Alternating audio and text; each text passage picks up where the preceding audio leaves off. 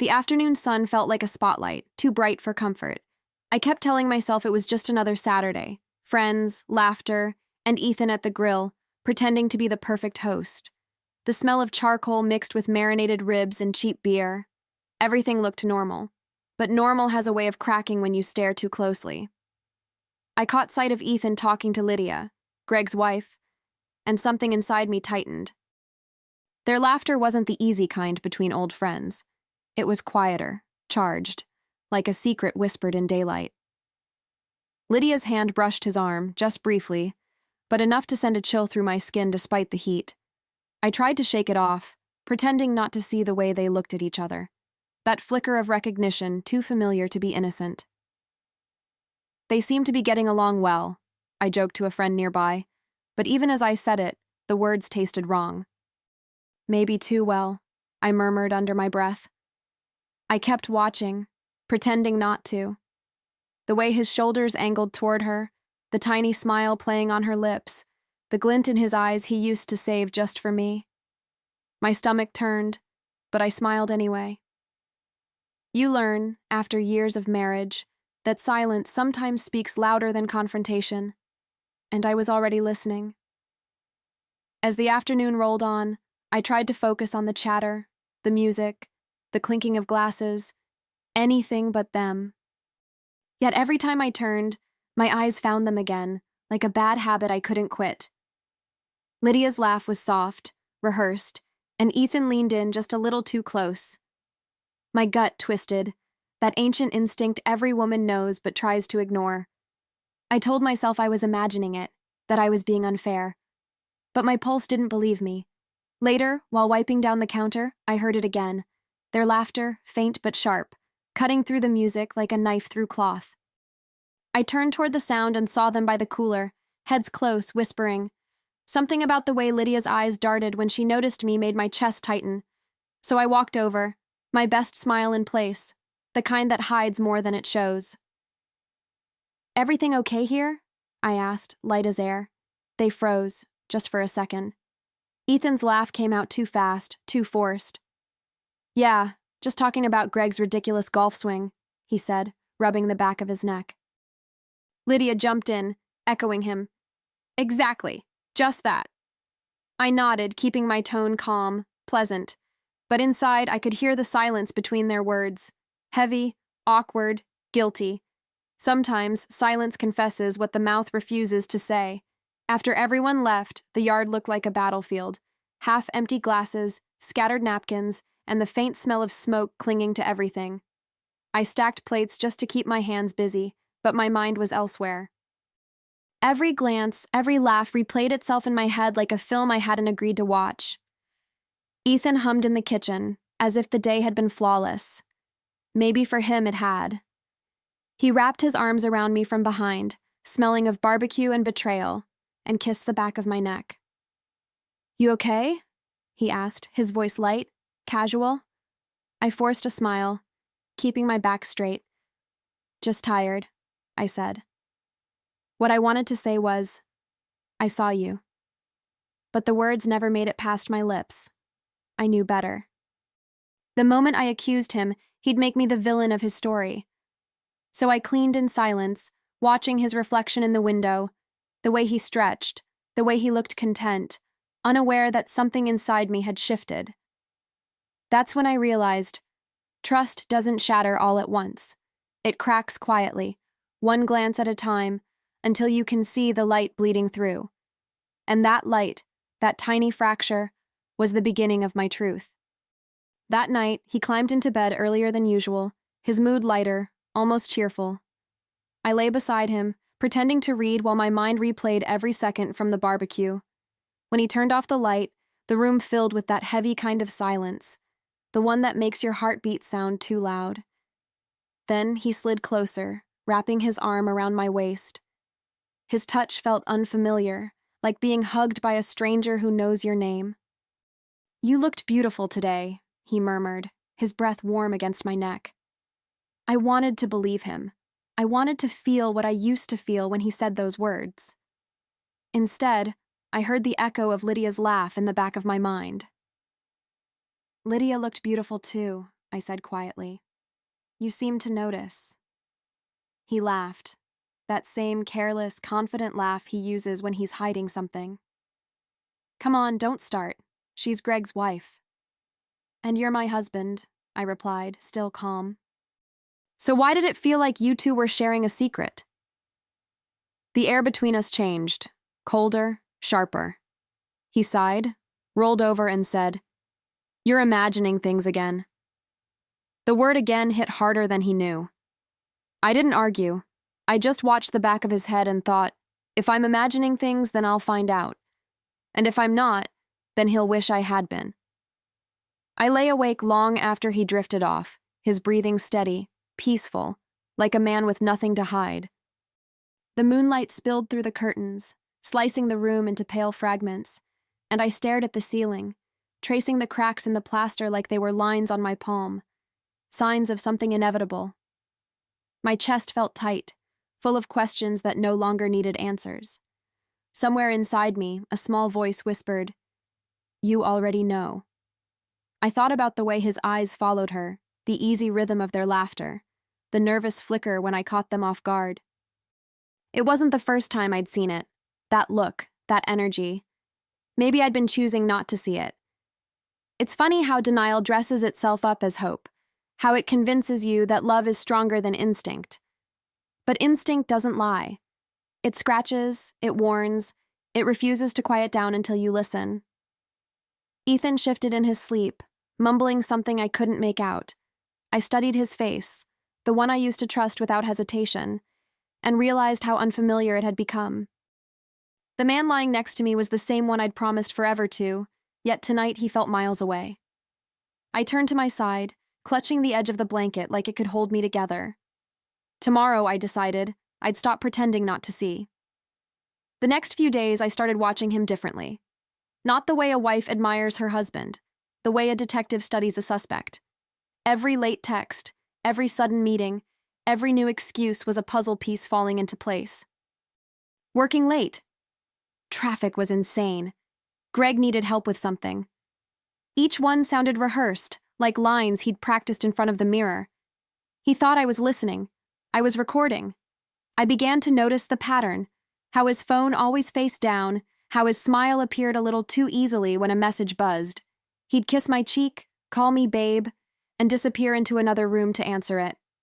Once, I caught a glimpse of her name. Lydia. My stomach clenched, but I didn't react. I simply poured myself a glass of wine and sat back down.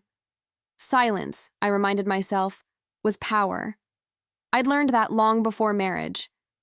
That night, he fell asleep again without noticing how awake I was. My mind was racing, but not from pain, from clarity. I didn't need to confront him, not yet.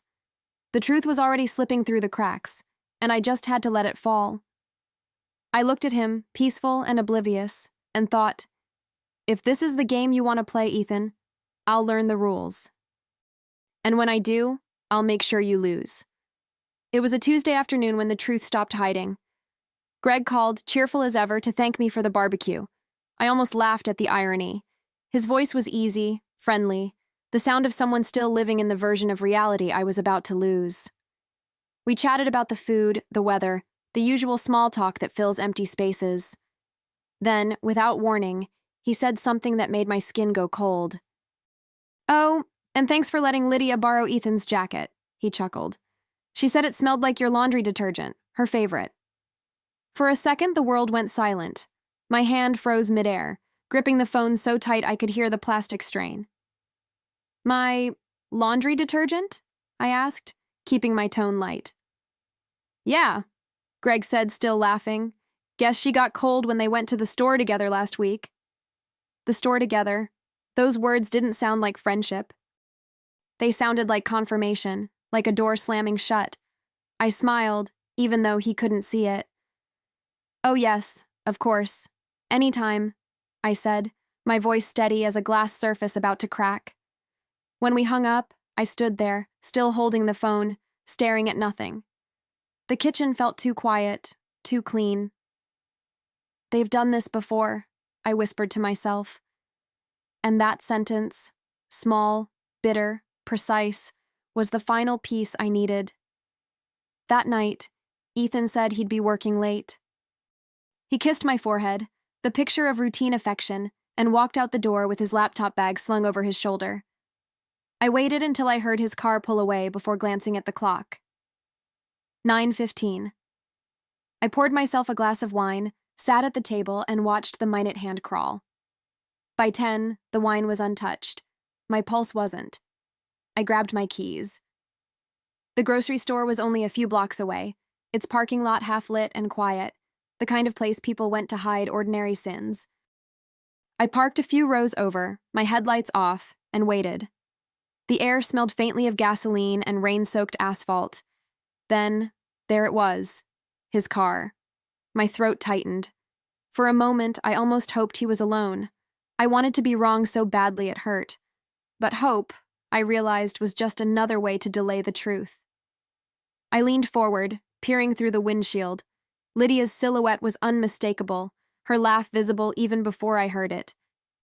And then Ethan leaned across the seat, his hand on her neck, pulling her in. The kiss was soft, practiced, familiar. The kind you don't give someone for the first time. My hands trembled, but I stayed still. I'd imagined this moment so many times. I just never expected it to feel this quiet. I don't remember driving home. My hands moved, my eyes blinked, but everything felt detached, mechanical. Betrayal does that. It numbs you before it burns you. Inside the house, the air smelled like detergent and lemon candles, like the life I'd built trying to stay clean while he rolled in lies. I sat on the edge of the couch, staring at nothing, hearing their laughter echo in my head until it stopped sounding human. It was just noise now, cheap and hollow. I thought I'd cry. I didn't. Maybe because the tears would have been for the woman who still believed in him, and she was gone. What I felt instead was clarity. Sharp, cold, merciless. I realized he'd been teaching me something all along, how to act like everything was fine, how to lie without words. And now I'd use that same skill to undo him. If he wanted a secret, I'd give him one he'd never see coming. When he came home hours later, I was in bed, pretending to sleep. I could smell her perfume on his shirt, sweet, floral, expensive. He kissed my hair like nothing had changed. "Long night," he muttered. I almost smiled. "Yeah," I whispered. It was. And under that stillness, under that perfect silence, a plan was already forming. Revenge wasn't rage. It was patience with purpose. In the days that followed, I became the version of myself Ethan thought he wanted. Soft, agreeable, endlessly understanding. I laughed at his jokes, packed his lunches, even kissed him goodbye at the door. He mistook my calm for forgiveness.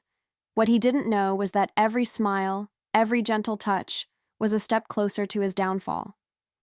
I was done being the wife who waited. Now I was the woman who planned. I started collecting the small pieces first, the things careless men forget. A receipt tucked in his wallet from a wine bar I'd never been to. Text messages half deleted but still lingering in the notifications. A picture from a mutual friend's story where Lydia's bracelet gleamed next to his hand. Evidence doesn't shout, it whispers. And I was listening carefully. When my friend at the grocery store's security office owed me a favor, I cashed it in. One clip, grainy but clear enough, Ethan and Lydia kissing in the parking lot, their faces pressed close under the flickering light. Proof. Cold, undeniable proof. I watched it once, twice, then saved it in a private folder labeled House Repairs. It felt poetic, because soon I was going to tear down every rotten beam of this home and rebuild it on truth. 2 weeks later, I invited Greg and Lydia over for dinner. Ethan seemed almost smug about it, like my sudden warmth was proof I'd moved on. He had no idea he was walking into his own unveiling. I cooked everything from scratch, even made his favorite dessert. The house smelled like rosemary, garlic, and civility. If you'd walked in that night, you'd have thought it was love that filled the air. It wasn't. It was gasoline, and I was holding the match. When they arrived, I greeted them with hugs and wine, pretending not to notice Lydia's shaking hands or the way she avoided my eyes. Greg was all smiles, sweet, oblivious Greg, who still believed his marriage was safe. Ethan played the charming host, laughing too loud, touching Lydia's shoulder when he thought I wasn't looking. I kept my face neutral, my voice soft. Inside, I counted down seconds like a conductor before the final note. We sat down to dinner, the four of us. Conversation tiptoed between awkward and polite, every word scraping the surface of a truth no one dared touch. Then I stood, glass in hand, smiling sweetly. "I'd like to make a toast," I said, "to honesty. Something I've realized some people here don't value enough." The silence that followed was exquisite. I could feel the tension humming through the room, brittle, fragile, ready to break. Ethan frowned, already sensing danger, but too late to stop it. Greg blinked, confused, his fork halfway to his mouth. Lydia shifted in her chair, her knuckles whitening around her napkin. I took my phone, unlocked it with deliberate calm, and opened the folder labeled House Repairs. "I thought we could all fix something together tonight," I said lightly, then pressed play. The grainy video filled the screen. Ethan's car, the dim parking lot, their faces close, the kiss that sealed their fate. For a moment, no one breathed. Then came the gasp, Greg's, sharp and raw. "Lydia? What the hell is this?" he shouted, pushing back from the table so hard his chair hit the floor. Lydia's mouth opened, closed, then opened again, but no words came. Ethan stammered, "Sophie, what are you doing?" Like I was the one who'd crossed the line. "What you two have been doing," I said, my voice low, steady, almost kind. "Only difference is, I'm doing it in daylight." The silence afterward was deafening. Greg stormed out, slamming the door hard enough to rattle the plates. Lydia ran after him, her heels clicking like a countdown. Ethan stayed frozen, pale and trembling, staring at the phone as if he could rewind the past. I set my glass down gently, the toast complete. Dinner was over. After they left, the house felt heavier than ever, like the walls were holding their breath. Ethan stood by the window, his face drained of color, the illusion stripped clean. For years, I'd imagined how this moment would feel. I thought it would hurt more. But all I felt was release, like exhaling after years of holding it in. "Sophie," he started, his voice cracking, "please, let's talk." I poured myself a glass of water and let the sound of it fill the silence he'd earned. He stepped closer, his tone softening into the familiar rhythm of excuses. "It was a mistake," he said. "I was lonely, stressed, drunk. I don't even know why it happened." Every word fell flat, like confetti after a funeral. I looked at him, really looked, and wondered how many times he'd practiced that speech in his head. He wanted forgiveness wrapped in nostalgia, but that version of me didn't live here anymore. She'd been buried somewhere between suspicion and proof. "A mistake is spilling wine on a rug," I said quietly. "You planned this." The way his face tightened told me the truth stung more than the exposure. He reached out, but I stepped back. I wasn't angry. I was finished. There's a difference. Anger still wants to be understood. Being finished means you've stopped asking questions. And I had.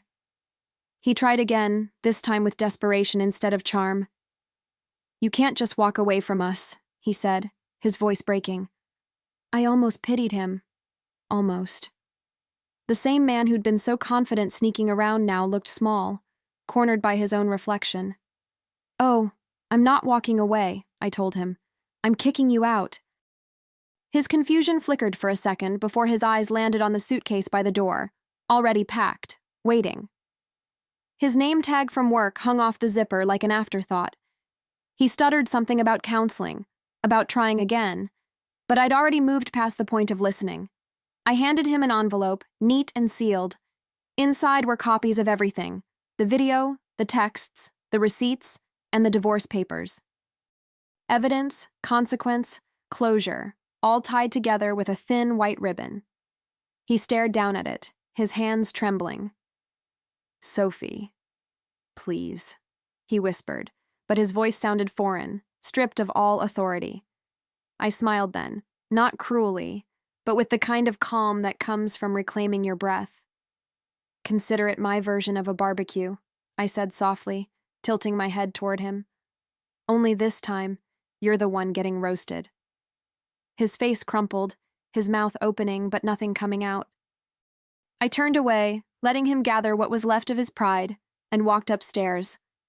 Every step felt lighter, like shedding years of someone else's mistakes. Downstairs, the front door closed, and for the first time, I didn't flinch. The next morning, the sunlight poured into the kitchen like nothing bad had ever happened. It touched the same counters where I'd once cried in silence, and for the first time, it didn't sting. I made coffee, slowly, deliberately, the smell of it rising like a small celebration. The cup trembled slightly in my hand, not from sadness, but from the strange weight of calm. I'd spent so long being tense that peace felt foreign, almost fragile. But I welcomed it anyway. In the days that followed, the house grew quieter, but not in a lonely way. It was the kind of silence that heals.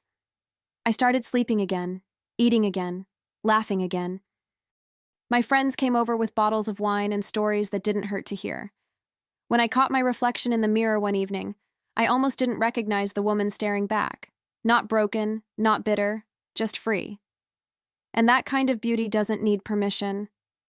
A few weeks later, I stood in the backyard where it had all started, the grill cold, the sky gold with late sunlight.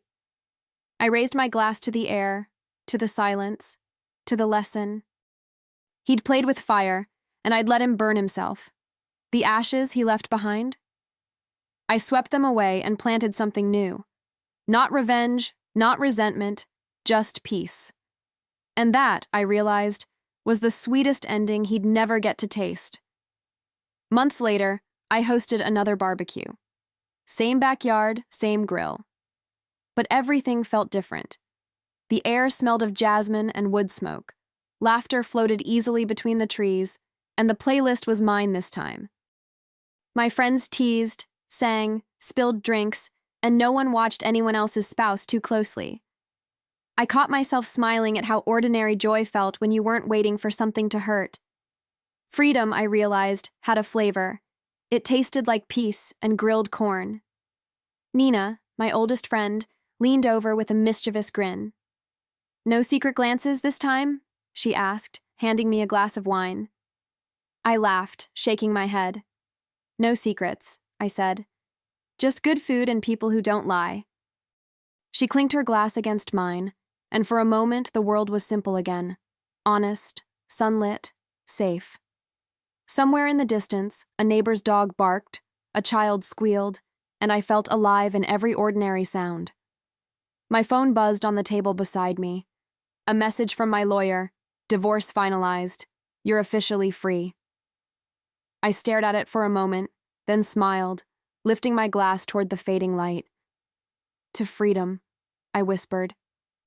The sun dipped behind the fence, warm and golden, like a quiet applause from the universe. Ethan had played with fire. I just let him burn himself. And as the flames of the grill danced in front of me, I knew, this time, they were mine.